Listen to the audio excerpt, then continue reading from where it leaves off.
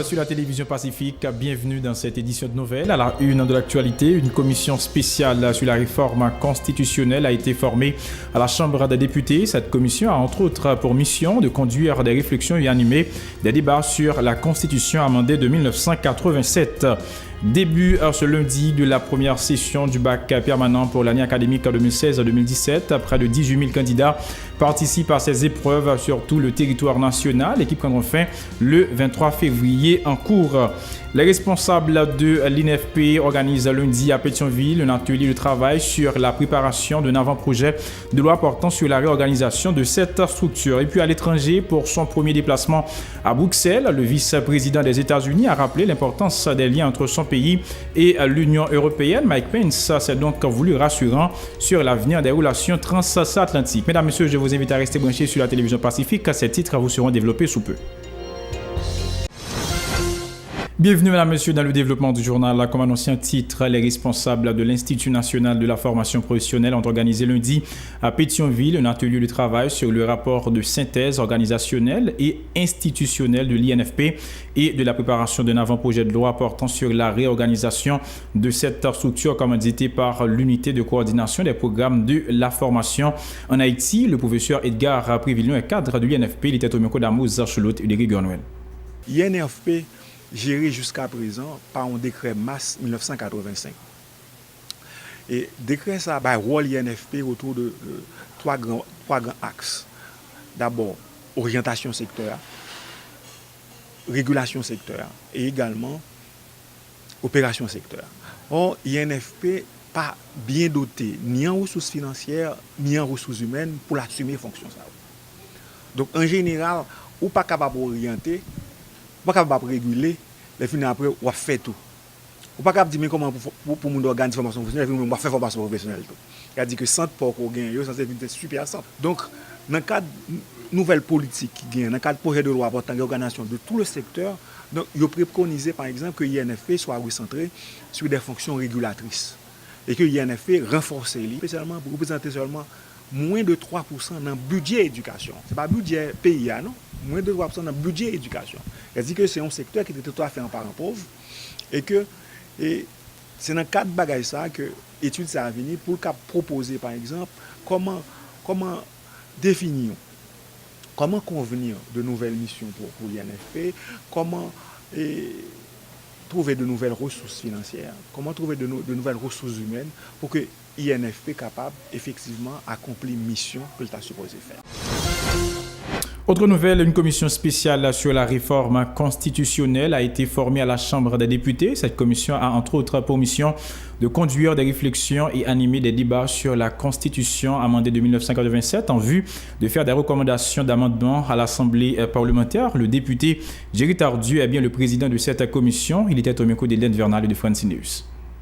Nous avons une commission spéciale sur la réforme Constitution qui crée la Chambre des députés.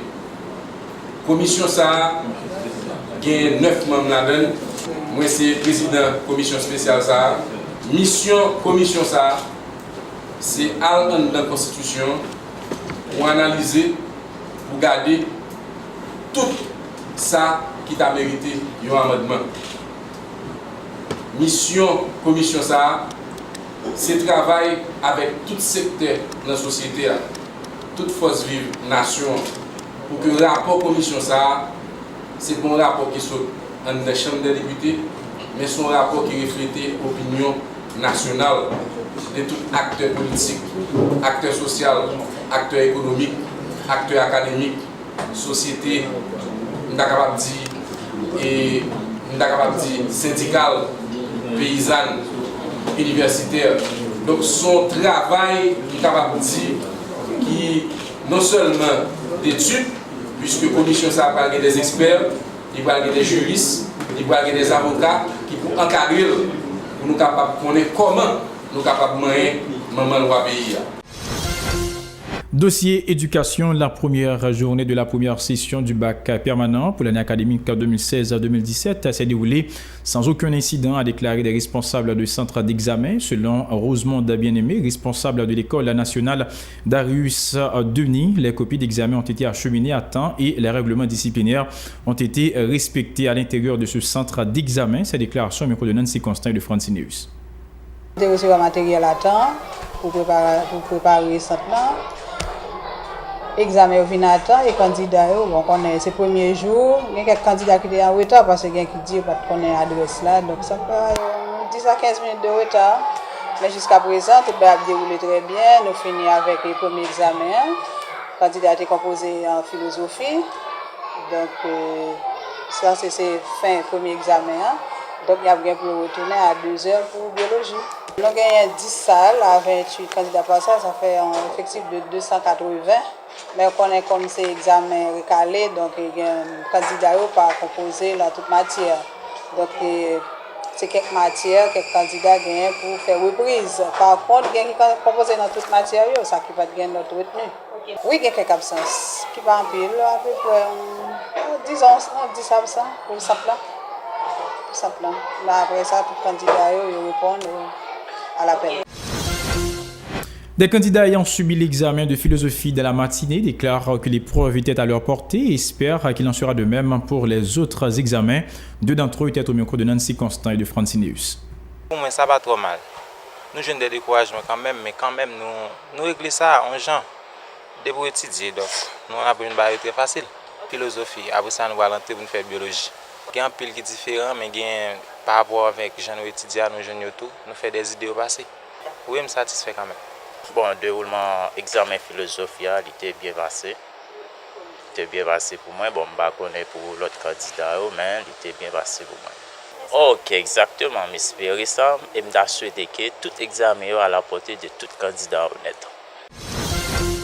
Dossier société, la loterie de l'État haïtien LEH a annoncé lundi avoir mis fin au contrat signé avec le Devo Group, auteur du programme de Canal Auto. La direction de la loterie de l'État haïtien, en particulier sa directrice Margaret Fortuné, dit avoir pris cette décision en vue de sauvegarder l'image de l'institution qu'elle dirige, car, dit-elle, le Devo Group n'a pas respecté l'accord signé il y a quelques semaines avec la loterie. Ces déclarations. Sur l'accord que nous avons avec le groupe, l'accord n'a pas respecté. Et nous-mêmes, nous prenons disposition dans souci pour nous protéger l'image de loterie, protéger la population, pour nous mettre fin avec l'accord que nous avons avec eux. Et nous prenons le soin pour nous, déjà nous fait, pour nous annoncer dans grande pompe, pour nous faire le même exercice, annoncer à la presse, à mon cap joué, que la loterie n'a pas aucune responsabilité, ni accord que nous avons avec des groupes dans les caducs, parce que article 589 qui parlait de l'argent rentré, il faut venir dans la caisse lotrienne parce que c'est nous l'État, c'est nous qui organe régulateur. Article qui parlait que tirage doit faire en présence LEH, ça n'est pas respecté. C'est pour ça nous, en dernier chita parlé nous avons dans lotrienne, nous demandons que pour eux-mêmes, de vos groupes pas utiliser emblème en rien qui concerne la loterie nationale dans les affaires Canal Auto. Le parti politique paysan a organisé lundi 20 février 2017 un atelier de travail à l'intention de ses membres à l'occasion de la célébration de la Journée mondiale de la justice sociale autour du thème « Prévenir les conflits et maintenir la paix à travers le travail décent » pour les responsables de cette structure politique.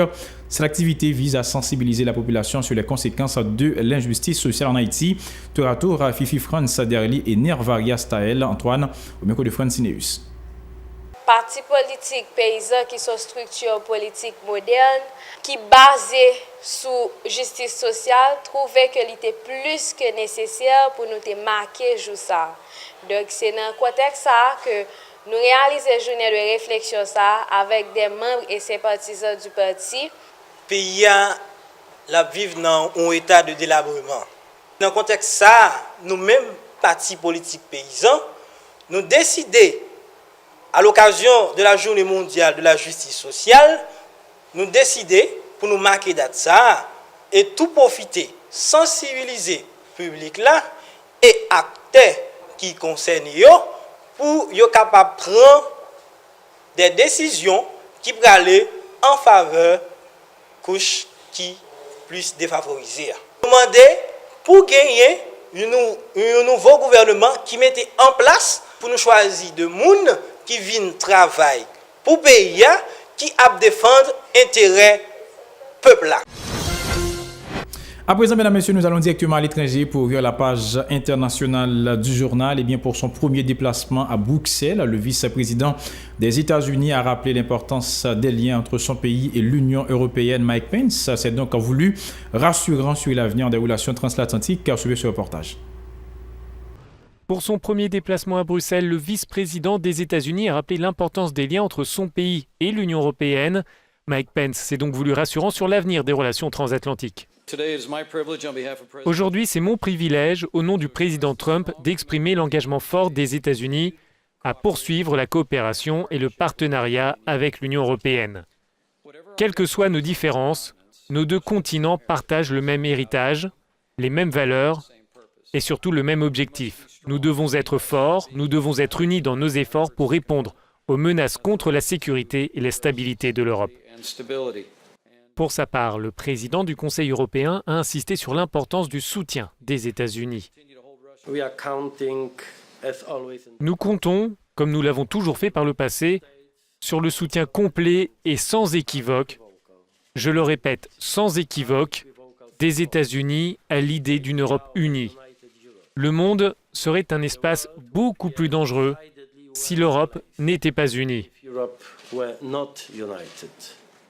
Mike Pence s'est aussi entretenu à Bruxelles avec le président de la Commission européenne, Jean-Claude Juncker.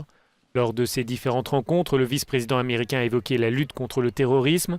Il est aussi revenu sur la situation en Ukraine. À chaque fois, Mike Pence parle de l'engagement des États-Unis, une affirmation valable aussi pour l'OTAN, à l'heure où les relations entre l'Union européenne et la Russie sont particulièrement tendues.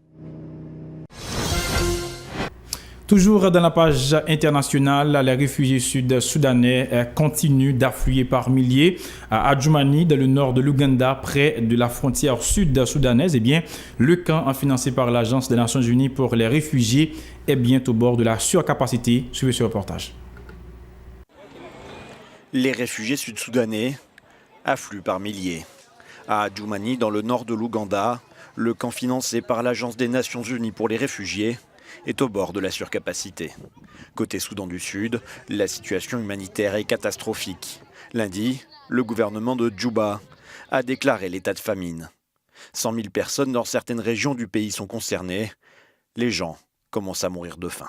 Ce n'est pas un mot que nous utilisons à la légère. J'espérais ne jamais avoir à l'utiliser pour décrire la situation au Soudan du Sud. Malheureusement, c'est ce qui est en train d'arriver et nous devons le nommer par le mot famine. 3 années de guerre, les prix élevés de la nourriture et une production agricole réduite sont à l'origine de la catastrophe. Je venais de cultiver et j'attendais la récolte. J'ai perdu tout à cause de la guerre. J'ai eu peur pour ma vie. Selon des projections, la famine pourrait toucher jusqu'à 1 million de personnes si rien n'est fait pour l'endiguer. L'ONU appelle de toute urgence les belligérants à soutenir et à faciliter le travail des humanitaires. À présent, mesdames et messieurs, nous allons parler un peu de football et nous allons mettre l'accent sur les jeunes Grenadiers qui sont beaucoup plus forts que l'adversité. La sélection haïtienne qui s'est rendue au Costa Rica, pays hôte, a bien débuté le 18 février 2017 le championnat U20 de la CONCACAF, dernière phase éliminatoire de la Coupe du Monde avec seulement 15 joueurs. Eh bien, les protégés de Wilfried Montillas ont laminé St. Kitts and Nevis 5-1 pour prendre la première place du groupe B devant le Panama, vainqueur des États-Unis d'Amérique, 1-0. Les Haïtiens joueront leur qualification le 21 février contre les Américains à Estadio Nacional de Costa Rica. Les Haïtiens se mesureront aux Américains à partir de 17h30 heure haïtienne. En cas de victoire, eh bien, ils valideront leur billet pour la deuxième phase de la compétition. Mesdames, Messieurs, c'est ici que vous fin cette édition de nouvelles. Merci à vous qui l'avez suivi. Je vous invite à rester branchés sur la télévision Pacifique, la chaîne 54, pour la suite de sa programmation.